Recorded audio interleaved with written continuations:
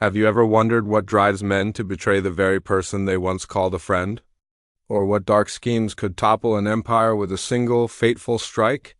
Imagine the heart of Rome, a city of power, ambition, and secrets, where whispers in the Senate corridors could mean life or death, and a single misstep could echo through history forever. On the fateful Ides of March 44 BCE, Julius Caesar, the man who had conquered the known world, would walk into a trap crafted not by his enemies across foreign lands, but by those closest to him, his confidants, his allies, even those he considered family. But what exactly drove them to plot such a brutal betrayal? Was it ambition, fear, or something far more cunning? And could Caesar have sensed the danger lurking in plain sight, a danger masked by loyalty and smiles? Stay with me as we unravel the plotters, their secret plans, and the miscalculations that would shake the Roman world to its very core.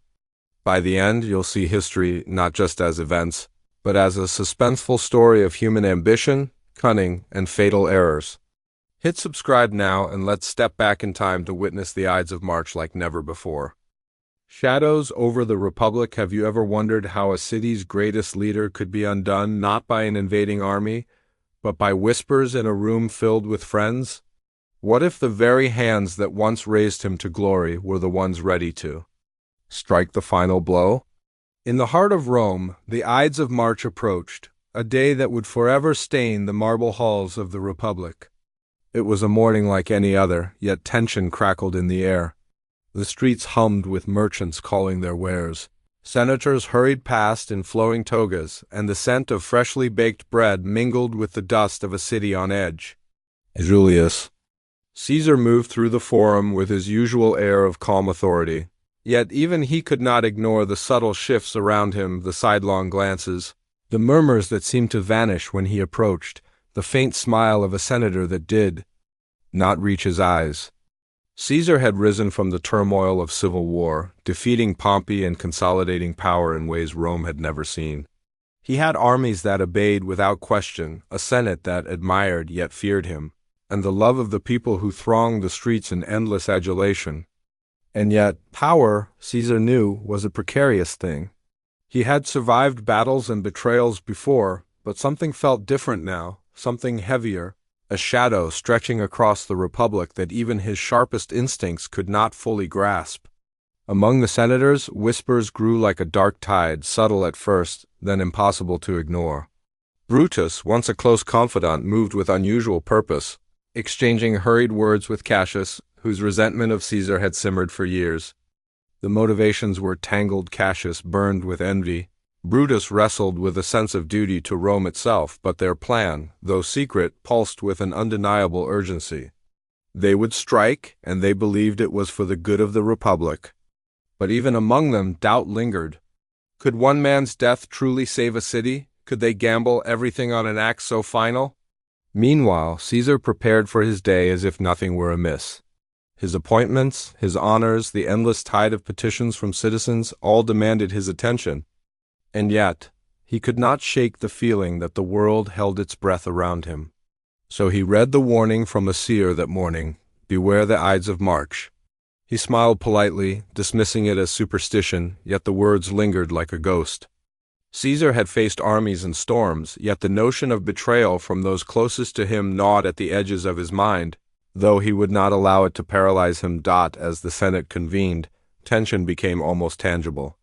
Senators filed into the Curia, some nodding politely to Caesar, others keeping their eyes averted. The air was thick with the quiet hum of conspiratorial energy. Caesar, ever the observer, noticed subtle shifts, the way fingers tapped nervously, the way whispers died when he approached, the way eyes flickered with unspoken intent. He had long known that ambition breeds deceit, but he could not have predicted the precise storm heading toward him. And then, in the midst of casual greetings and measured speeches, a ripple of unease swept through the room. Brutus, the stoic son of a patrician line, met Caesar's gaze with an expression that betrayed nothing yet hinted at everything. Caesar's mind raced. Could loyalty and duty coexist in a man whose heart might now waver? Could he trust Brutus, the very emblem of Roman virtue, who now stood on the precipice of treachery? Cassius, ever the manipulator, saw in Brutus a way to legitimize the plot. If Brutus, with his reputation for honor, lent his hand, the act would seem not murder but justice. And so Cassius whispered to him in the corridors, crafting arguments that twisted duty, fear, and envy into a dangerous moral certainty. "Rome will fall if he rules unchecked," Cassius hissed, each word landing like a stone in the pool of Brutus's conscience. Brutus recoiled, yet he could not ignore the truth in the words. Caesar's rise had changed the Republic, reshaped it in a way that threatened the old order, and Brutus, torn between loyalty and principle, felt the gnawing inevitability of what was to come. By mid-morning, the conspirators had gathered in secrecy, finalizing plans that balanced on a knife's edge. The Forum would be Caesar's stage, the Senate his theater, and their daggers the instruments of history itself. Each man faced his own doubts, yet the collective force of ambition, fear, and misguided virtue propelled them forward. There was no turning back.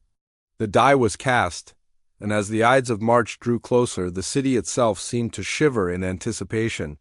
Citizens walked unaware of the storm about to hit, merchants went about their trades, children laughed in the streets, and Rome, eternal and unyielding, stood poised on the brink. Caesar, the conqueror of nations, remained oblivious to the intimate danger closing in around him, his mind preoccupied with victories and visions. Unable to foresee the most personal threat of all. By noon, the conspirators took their positions, weaving through the curia with an almost ritualistic precision. The plan was simple in design, yet terrifying in execution. Surround Caesar, strike swiftly, and ensure no single hand falters. Each man carried a weight heavier than any sword. In that moment, the Senate chamber transformed from a place of law and deliberation into a stage for fate itself. And then the first hint of miscalculation appeared, unnoticed, like a small crack in marble. A senator's hesitation, a whispered doubt, a hand trembling just enough to threaten the plan's perfection. The conspirators were men of courage.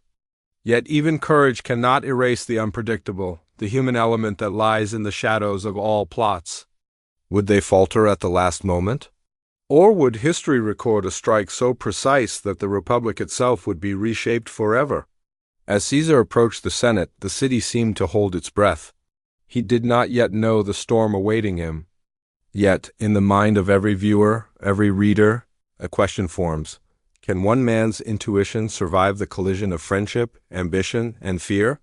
The answer would come in hours, yet the tension is already unbearable, the stakes impossibly high, and the outcome so delicately balanced and known. And here, as the Ides of March looms, we leave Caesar stepping toward destiny, unaware that the hands of friends have become the hands of fate itself. Shadows have gathered, whispers have turned into intent, and Rome waits. The moment of betrayal is almost at hand, and one question remains: will the Republic survive the ambition of men, or will history witness a murder that no empire can recover from? The gathering storm. Have you ever wondered what it feels like to walk unknowingly into the jaws of fate? What if the very air around you whispers danger, yet you cannot fully hear it until it is too late? For Julius Caesar, that moment was drawing near. The Ides of March had arrived, and Rome itself seemed to shiver under the weight of anticipation.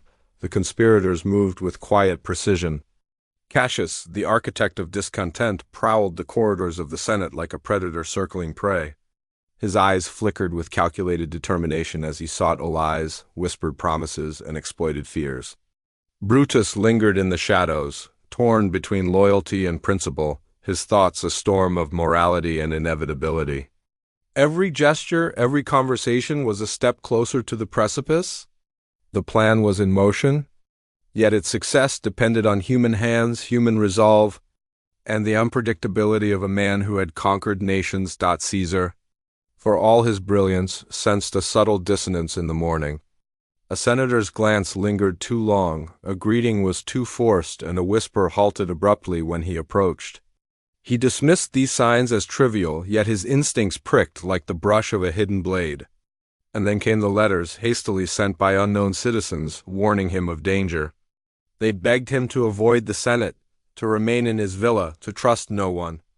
Caesar read them with a polite smile and folded them neatly, believing in the invincibility of his stature. He could not yet comprehend that destiny was no longer a matter of armies or battlefields, but of subtle deceit and intimate betrayal. Inside the Senate, tension mounted as the conspirators assembled. Each man carried not just a dagger, but a burden of conscience. The air was taut with anticipation, every whisper a potential crack in the plan. Brutus, standing silently at the back, felt the gravity of his choice pressing down like a stone upon his chest. He had been persuaded by Cassius, yet the truth gnawed at him. Could he truly kill a man he loved like a father, a mentor, a friend? Every instinct screamed against it, yet his vision of Rome's future a republic unchained from the grip of a single man-demanded action. Meanwhile, Cassius's influence spread like wildfire. He manipulated speeches, twisted words, and stoked fears. Senators who had once admired Caesar now questioned his intentions, imagining a monarchy where none should exist. The city's pulse matched their plotting, a rhythm of rumor, unease, and whispered conspiracies. Rome, magnificent and eternal, seemed almost unaware of the storm brewing within its walls. Caesar's arrival at the Senate was marked by the usual pomp, yet there was an undercurrent of unease. His attendants noticed his measured steps, the slight furrow of his brow, the way his eyes scanned the room with an unspoken question. He moved through the chamber like a lion in a cage, sensing the tension but unable to name its source. And then a voice called out a soothsayer's warning, repeated one final time, "Beware the Ides of March." Caesar paused, a faint shadow crossing his expression. He knew of superstition, of prophecy, yet he could not ignore the eerie precision with which fate seemed to track his every move. Inside the Senate, the conspirators positioned themselves around Caesar, blending into the ordinary flow of political proceedings. Each movement was calculated, rehearsed, yet all carried a thread of uncertainty. The dagger, hidden beneath the folds of a toga, waited for the moment that would turn history into irrevocable consequence. Cassius's eyes met Brutus's, a silent communication passing between them. Hesitation could be fatal. Resolve was the only path. The tension reached a crescendo when one senator unexpectedly faltered, nearly exposing the plan. Hearts raced, breaths caught. Cassius's face tightened. A single mistake could unravel everything. Brutus's pulse pounded, but he kept his composure, forcing himself to see the act as duty rather than murder. In that frozen instant, the entire future of Rome teetered on the knife's edge. Then came the first strike, not a blade, but a movement subtle and swift.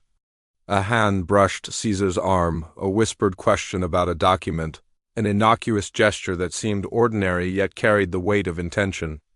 Caesar recoiled slightly, sensing something, though he could not yet define it. His mind raced through possibilities. Was it threat, coincidence, or something more sinister? His instincts, honed through years of war and political maneuvering, told him danger was near, yet the details eluded him. As the Senate session progressed, the conspirators circled closer, each step measured, each breath deliberate. Brutus struggled internally, grappling with his love for Caesar and the ideal of Rome's freedom. Cassius pressed forward with unrelenting resolve, whispering words of inevitability. The tension was suffocating, as if the very walls of the Curia held their breath. Suddenly, a subtle, almost imperceptible shift occurred. Caesar, sensing the growing urgency in the room, leaned toward a senator who had approached him with a question, and in that brief moment, Brutus saw a flash of humanity, a smile, a glance, a recognition of the trust Caesar placed in him. The weight of the impending act pressed harder on Brutus's conscience. Could he, a man of honor, extinguish that trust with a single, decisive strike? The moment held the power to fracture not only history, but the moral fabric of the men involved. And yet the plan had momentum of its own. Cassius's manipulation, Brutus's internal struggle, and the conspirators' shared certainty had created a force that seemed unstoppable. The moment of truth drew nearer with each passing heartbeat, each glance, each measured step. Rome, unaware of the precise moment its fate would be rewritten, pulsed around them. The city's streets hummed with life, the air warm with midday heat. the distant cries of merchants and children contrasting sharply with the imminent act of violence. A messenger arrived, breathless, carrying word of a delay.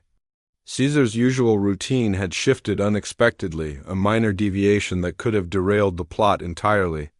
The conspirators paused, hearts pounding. The timing was everything. Even the smallest misstep could expose them, or worse, give Caesar a chance to evade destiny. Cassius's eyes blazed with frustration, yet Brutus remained resolute, understanding that hesitation could unravel not just the plan, but the very idea of Rome's salvation. As Caesar finally moved toward the central chamber, a subtle twist emerged. A senator, previously aligned with Cassius, faltered under the weight of his own conscience, hesitating in a way that risked revealing the conspiracy. The tension in the room became almost unbearable. Was this moment of hesitation a chance for Caesar to escape, or would it ignite a chain reaction that made the act inevitable? The uncertainty hung in the air like storm clouds. Pregnant with menace, the Senate chamber doors closed. The conspirators took their positions, and Caesar, walking unaware into the web of intent, paused briefly. His intuition screamed at him, yet he could not articulate the danger closing around him. Every man present held a story, a motivation, a secret that would collide in a single, irreversible instant. The stakes could not be higher. Friendship versus duty, ambition versus loyalty, life versus the course of history. And there, as the men circled, poised to strike, we leave the scene. The Senate waits, Caesar approaches, and every heart in the chamber beats in tense synchrony. The moment that will decide the fate of Rome hangs suspended, ready to shatter all expectations, all loyalties, all lives. The die is almost cast, yet the final move remains unseen. Will the conspirators succeed in their deadly plan, or will Caesar's instincts turn the tide at the very last second? The answer is just beyond the door, waiting in the shadows, and history has never been more tense. The fatal march. Have you ever felt the weight of inevitability, pressing on a single moment where every heartbeat seems to echo history itself? For Julius Caesar, that moment had arrived. The Ides of March were no longer a date on the calendar, they were the hour of reckoning, a test of loyalty, ambition, and human will that would forever echo through the marble halls of Rome. The Senate chamber, bathed in the midday light that streamed through high windows, felt unusually still. Even the usual whispers and rustling of robes seemed muted, as if the very walls sensed what was about to unfold. Caesar stepped forward, confident yet subtly alert, each footfall a rhythm of command that had once inspired armies. But now, those footsteps carried him into a labyrinth of hidden motives, into a circle of men whose loyalty had fractured into dangerous, almost tangible shards. Brutus moved closer to the center of the room, daggers concealed beneath the folds of his toga. His mind was a battlefield. Every instinct screamed against the act he was about to commit, yet every rational argument.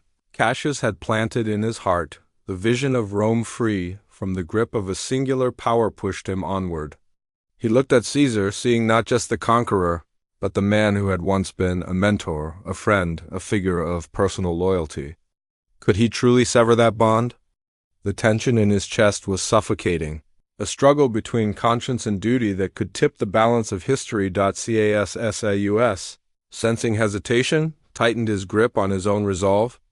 The subtle missteps of their fellow conspirators had already threatened to unravel their plan, yet the precision of timing was critical. One faltering hand, one moment of doubt, and Caesar could escape or worse, retaliate. The conspirators whispered reassurances to each other, though none could mask the tremor of fear or the shadow of doubt that flickered across their faces. Each man carried both the thrill and the terror of what they were about to do. Caesar approached the curia with a calm that belied the undercurrent of tension. He noticed the slight stiffness in certain senators' shoulders, the way eyes darted just beyond his vision, and the faint glimmer of anticipation in others. His mind raced, though he maintained the composure expected of Rome's supreme commander. Something was not right. Yet his confidence in his own power and reputation made him momentarily dismiss the intuition gnawing at the edges of his awareness. And then it began. A senator brushed past him under the pretense of consultation, the movement deliberate and laden with subtle menace. The moment was so slight, so easily dismissed, yet it sent a ripple of alarm through Caesar's mind. He turned slightly, scanning faces for intent, and in that instant Brutus's gaze met his. A flash of emotion passed between them, recognition, hesitation, the unspoken acknowledgement of a bond about to be broken. Caesar's instinct sharpened. Perhaps, he thought, there is more to fear than the distant threats of foreign armies. Perhaps betrayal lies closest to the heart. Cassius, seizing the critical moment, signaled with a subtle nod, a trigger that activated the meticulously rehearsed plan. The conspirators converged, moving with synchronized intent. Daggers emerged from beneath togas, glinting in the midday light, instruments of a fate that would be carved into history. The chamber became a tableau of tension and imminent violence, each step and gesture fraught with life-or-death consequences. The first strike came swift and precise. A senator lunged, the blade striking Caesar's shoulder. He flinched but did not fall. Shock registered on his face, followed quickly by instinctive retaliation. Caesar spun, his eyes wide, searching for the source of the attack. The room erupted into chaos, yet even in the frenzy, the conspirators followed their plan with ruthless efficiency. Brutus hesitated, torn between duty and loyalty. And in that heartbeat of indecision, the moment became both climax and pivot. Caesar's realization hit like a storm. Betrayal was not a distant possibility. It was here, orchestrated by those he had trusted most. He pivoted toward Brutus, seeing not just an enemy, but the embodiment of a moral and personal dilemma. Et tu, Brute? A question, a whisper, a shock that resonated far beyond the chamber walls. The words hung in the air, almost inaudible, yet charged with the weight of personal and political catastrophe. The realization shattered the rhythm of control that Caesar had always wielded. The betrayal was intimate, surgical, and complete. In the ensuing chaos, the conspirators pressed their advantage. Each dagger strike was precise, driven by a mixture of fear, ambition, and conviction. Yet the human element, so often unpredictable, began to manifest. One conspirator faltered, another misjudged a step, and Caesar's experience in combat allowed him brief, fleeting maneuvers to defend himself. The clash of intent and action, friendship and betrayal, created a moment where history balanced on a knife's edge, and then came the twist. A senator, previously assumed to be aligned with the plot, hesitated to strike, frozen by conscience or fear, inadvertently exposing part of the plan.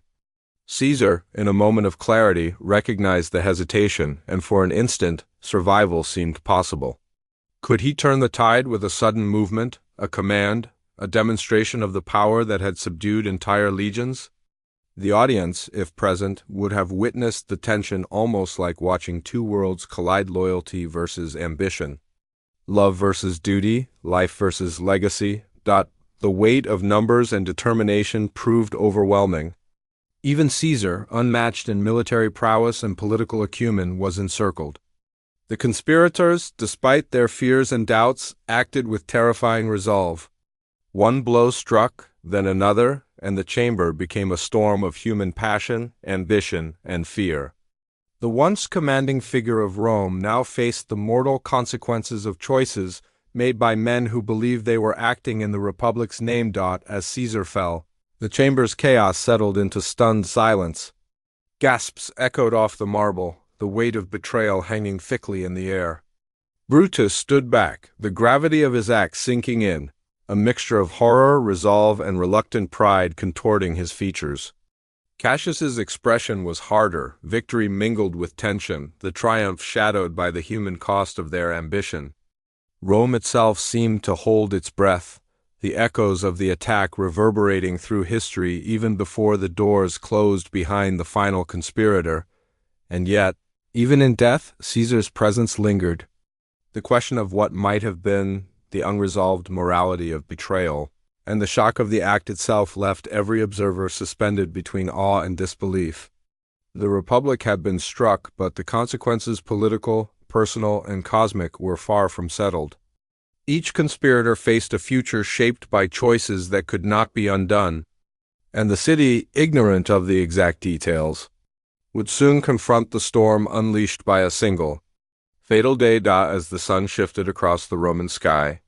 The Senate chamber became both tomb and theater, the actors forever transformed by their roles in a drama of ambition, loyalty, and history itself.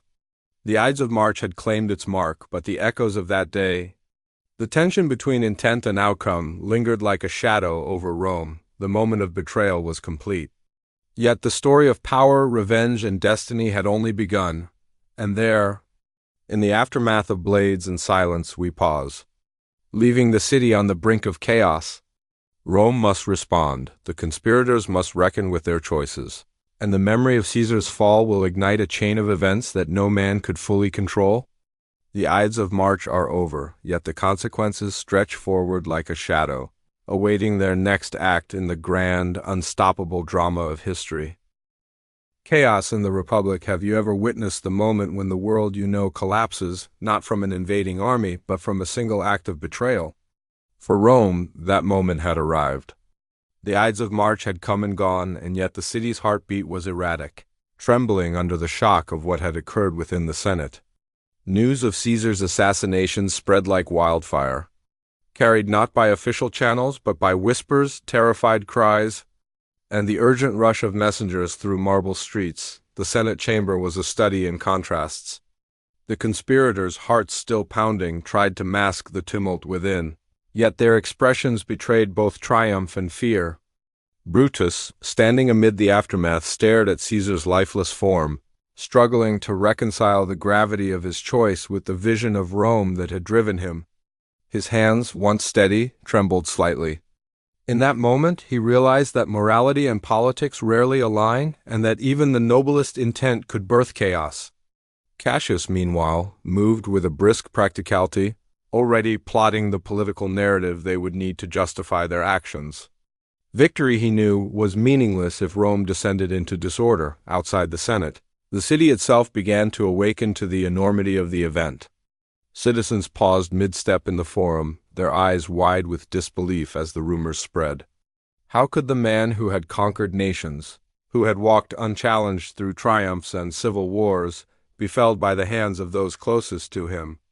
Street vendors abandoned their stalls, and the distant cries of children gave way to a heavy, uneasy silence.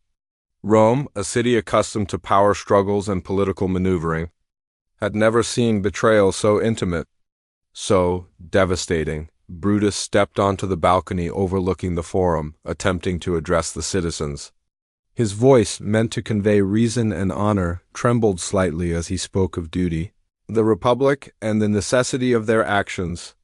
"Romans," he declared, "we have acted not out of hatred, but out of love for the Republic. We have prevented a tyranny and preserved the freedom of our city." Yet, as he spoke, he saw doubt in the eyes of the crowd, uncertainty rippling through the assembled citizens.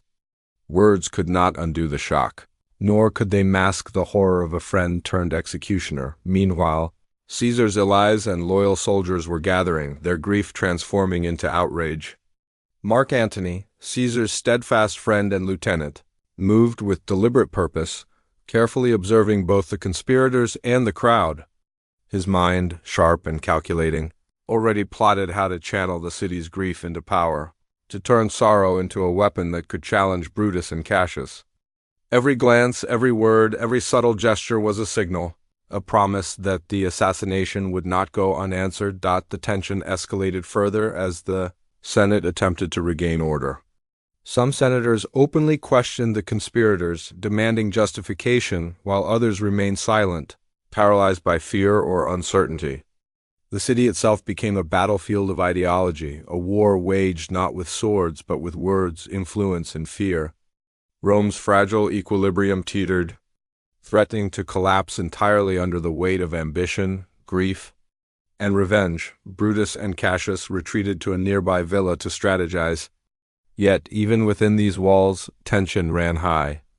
Their plan had succeeded in execution, but the aftermath was proving far more unpredictable. Each day brought new challenges, allies wavering, citizens fearful, soldiers restless.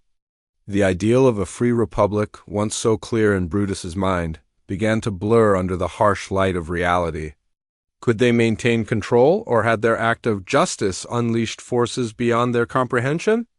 In the forum, Mark Antony delivered a speech that would change everything. His words, carefully measured yet devastating in their subtlety, stirred the crowd into outrage. He spoke of Caesar's generosity, his victories, and the betrayal that had cut him down. He did not name the conspirators outright, but every listener understood the implication. The people's grief transformed into fury, and Rome, once teetering on the edge of confusion, erupted into violent unrest. Brutus, hearing of the reaction, felt the weight of history pressing down upon him. His idealism clashed with reality, and for the first time, doubt gnawed at him relentlessly. Could the murder of a single man truly preserve a republic, or had they simply ignited a chaos they could no longer control? Cassius, ever pragmatic, urged decisive action, yet even he could not ignore the unpredictability of a populace inflamed by loss and grief.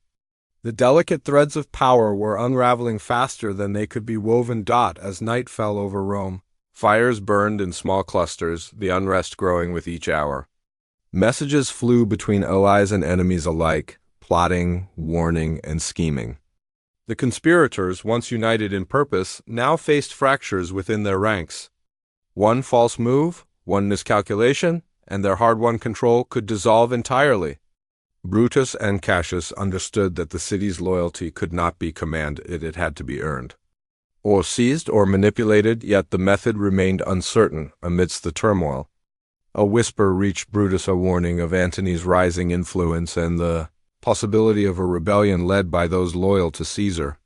Fear, previously subdued under the weight of moral justification, now resurfaced with brutal clarity. They had killed the man, but had they won the republic, or merely opened the gates to civil war? The answer was not yet visible, but the shadow of conflict loomed large, stretching over Rome like a gathering storm, and there, as the conspirators debated, strategized, and tried to maintain control, the city continued to stir. Citizens whispered, soldiers aligned, and Antony prepared to unleash a response that would test every assumption of Brutus and Cassius.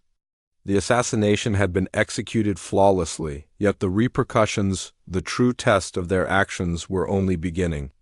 Rome, vibrant and eternal, seemed to pulse with both fear and anticipation, aware that history had shifted but not yet certain in which direction. As Part 4 closes, the conspirators stand at the edge of a new reality. Victory has been claimed, yet chaos spreads like wildfire through the streets. Loyalties are tested, tempers flare, and the memory of Caesar's betrayal weighs heavily on every hand that held a dagger. The city waits, holding its breath, and the next chapter of this epic tale, the response of Antony, the awakening fury of the people, and the civil storm that threatens all, is about to unfold. Flames of rebellion. Have you ever seen grief ignite into fury, transforming a city's sorrow into unstoppable chaos? That was Rome after the Ides of March. Julius Caesar lay dead, and the streets, once orderly and predictable, roared with unrest. The conspirators believed they had secured the republic, yet the reality of their act began to ripple outward in ways they could not have imagined. Mark Antony, Caesar's loyal friend and trusted lieutenant, stepped into the storm with a calm precision that masked a simmering intensity. He moved among the citizens, observing, listening, calculating. Every tear, every fearful glance, every whisper of outrage became ammunition in his hands. He knew that words wielded with skill could be deadlier than any blade, and he intended to use them. The forum, the heart of Rome, became a stage for Antony's genius. He addressed the citizens with controlled grief, lamenting Caesar's generosity, his victories, and his devotion to the Republic's people. Yet Antony's speech was a masterclass in subtle provocation. He revealed Caesar's will, the largesse he had left for the people, the gifts and privileges promised to ordinary Romans. A single question, carefully implied, lingered in the air. How could those who murdered a man so beloved act in the Republic's name? The citizens, previously uncertain, now burned with anger, turning the tide of sentiment against the conspirators. Meanwhile, Brutus and Cassius realized that the streets they thought under control were slipping into revolt. Soldiers loyal to Caesar began mobilizing, ordinary citizens became emboldened, and the once respected image of Brutus as a defender of the Republic began to fracture. Each day brought new warnings, new skirmishes of influence, and the bitter taste of regret mingled with necessity. Could they maintain their plan in the face of Antony's cunning? Could order be restored before chaos engulfed the city entirely? Brutus, torn between moral conviction and political reality, attempted to appeal to the citizens himself. He spoke of honor, duty, and the dangers of tyranny. He tried to remind Rome that Caesar's death was intended to preserve their freedom. Yet Antony's words had already taken root. Murmurs of resentment swelled into cries of outrage, and even the most patient citizens began to question the conspirators' motives. The moral argument, once potent, now faltered against the tide of grief and manipulation. Crassus, ever pragmatic, urged swift action. They could not wait for Antony's influence to solidify. Messages were dispatched to loyal legions, alliances strengthened, and a plan for defense against both the populace and Caesar's allies began to form. Yet even in the midst of strategy, the human element introduced chaos. Soldiers hesitated, citizens rioted, and whispers of treachery within their own ranks threatened to unravel their carefully laid plans. Victory had come at the cost of uncertainty, and uncertainty was lethal in a city that thrived on perception and momentum. The tension reached its zenith as Antony staged a funeral for Caesar. The city thronged to witness the rites, and Antony, with a controlled mixture of sorrow and outrage, turned the mourning into a spectacle of incitement. He displayed Caesar's wounds, recounted the betrayal, and let the citizens see the brutal cost of ambition unchecked. Brutus, standing in the shadows, watched in horror as Antony transformed grief into rage, and the populace into an army of sentiment ready to turn on those who had struck down the man they revered. In the streets, chaos erupted. Riots ignited, homes were looted, and the cries of the people became a relentless drumbeat of anger. The conspirators, who had believed their actions would save the Republic, now faced a city in flames, a moral victory turned tactical nightmare. Their control slipped with every passing hour, and the carefully constructed narrative of honor and duty crumbled beneath the weight of emotion. Manipulation and unforeseen consequences, a crucial twist emerged. Some senators, previously quiet, began to reconsider their allegiance to Brutus and Cassius. Fear and self-preservation drove them toward Antony, whose skillful orchestration of public opinion made resistance seem both futile and dangerous. The political landscape, once seemingly under control of the conspirators, began to realign rapidly. Allies became hesitant, friends became observers, and the balance of power shifted like sand beneath their feet. Brutus and Cassius realized that their ideal of saving Rome had collided with the unforgiving reality of human emotion. Honor alone could not secure loyalty. Ideals could not tame grief or envy. Antony's calculated display had turned the city against them, and Rome, vibrant and restless, would not easily return to obedience. The conspirators were now running not toward a triumph, but from a momentum they could no longer control, and there, as night fell and the fires of unrest glimmered across the city, the conspirators faced the stark truth. The Ides of March had been only the opening act. Rome itself had awakened, and Antony, with subtle genius and unrelenting determination, was poised to take full advantage. The streets were alive with both fear and fury, and the conspirators, once masters of destiny, now confronted the consequences of their ambition in a world no longer under their command. The city waited, restless and uncertain, the echoes of betrayal still reverberating through its stone streets. And Brutus and Cassius, standing amid the growing chaos, understood that history would judge them not for the act itself, but for the storm it had unleashed. The Republic had not been saved. It had been thrown into a whirlwind of vengeance, fear, and civil conflict. The next chapter of this story, a war for survival, for honor, and for the soul of Rome, was about to begin. Empire rising from shadows. Have you ever wondered how the death of one man can ripple through an entire civilization, reshaping it forever? How a single act of betrayal can ignite a chain reaction that no one, not even those who struck the first blow, can control? The Ides of March had passed, but its consequences were only beginning to unfold. Rome, once a city governed by law, debate, and tradition, now teetered on the edge of chaos. In the days following Caesar's assassination, Brutus and Cassius tried desperately to maintain control. They reached out to senators, appealed to the citizens, and attempted to rally loyal legions to their cause. Yet the tide had already turned. Antony, his mastery of rhetoric and public emotion unmatched, had transformed grief into fury, loyalty into rebellion, and tragedy into a weapon.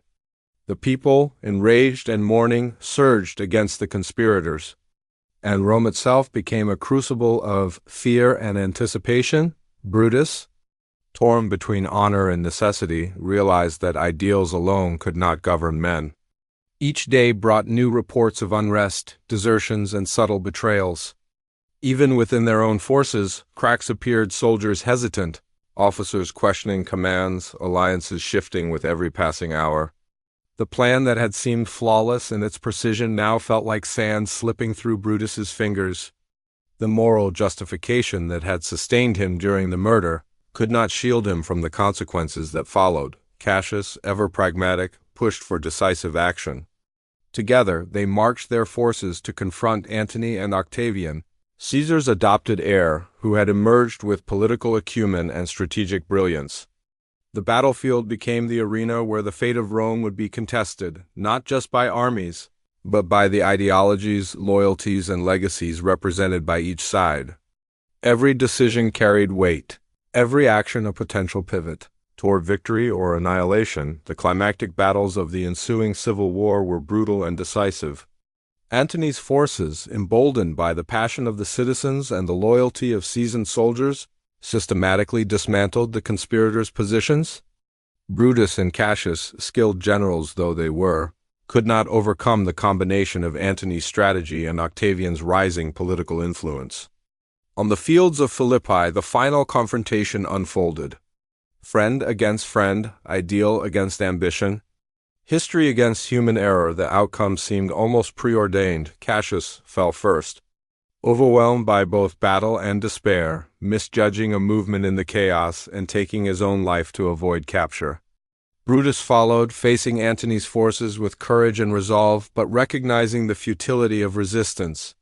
His final act was both tragic and noble, a testament to a man who believed in principle even as the world around him succumbed to power and vengeance. His death marked the end of the conspirators' vision, and the republic they had tried to save was irrevocably altered. Rome itself changed in the aftermath. The power vacuum left by Caesar's death and the demise of Brutus and Cassius paved the way for Octavian, later Augustus, to consolidate authority and establish the Roman Empire. The ideals of the republic, once held as the foundation of governance and civic virtue, were eclipsed by the necessity of centralized power, the weight of stability, and the unrelenting drive of ambition. The city that had celebrated its republic now bowed to the reality of empire. And yet, the story of the Ides of March is not merely one of conquest or political transformation. It is a story of human nature, the clash of loyalty and ambition, the tension between principle and pragmatism, the unpredictability of emotion in the lives of men who shape history. Brutus and Cassius believed in a moral act, but human response, manipulated by grief and skill, turned their justice into chaos. Caesar, though dead, remained a catalyst, his presence echoing through the streets, speeches, and memory of Rome, demonstrating that the influence of a single life can outlast even death itself. As we reflect on the Ides of March, we are left with questions that still resonate today. Can ambition ever be tamed by moral conviction alone? Does the end justify the means when the consequences are unknowable? And perhaps most hauntingly, can the betrayal of one man ever be fully reconciled with the destiny of a civilization? The answers, as history has shown, are never simple, and the echoes of that day remind us that human ambition, loyalty, and error are intertwined in ways that forever shape the world around us. Rome rose from the shadows of betrayal stronger, yet forever changed. The republic had fallen, and the empire emerged, testament to the power of vision, manipulation, and the human cost of ambition. The Ides of March, a single day marked by blades, whispers, and the collapse of trust, left a legacy not just in the annals of history, but in the very understanding of power, choice, and consequence. And so, as we look back across the centuries, we see the city of marble and stone alive with both triumph and tragedy. And we remember that history is never merely events, it is the heartbeat of human ambition, the shadows of choices, and the enduring lessons of those who dared to shape the world. The Ides of March are over, but their lesson lingers in the delicate interplay of power, loyalty, and conscience. The smallest act can alter the course of history forever. And perhaps in the quiet moments, we too must ask ourselves, what would we do if faced with the weight of destiny in our own hands?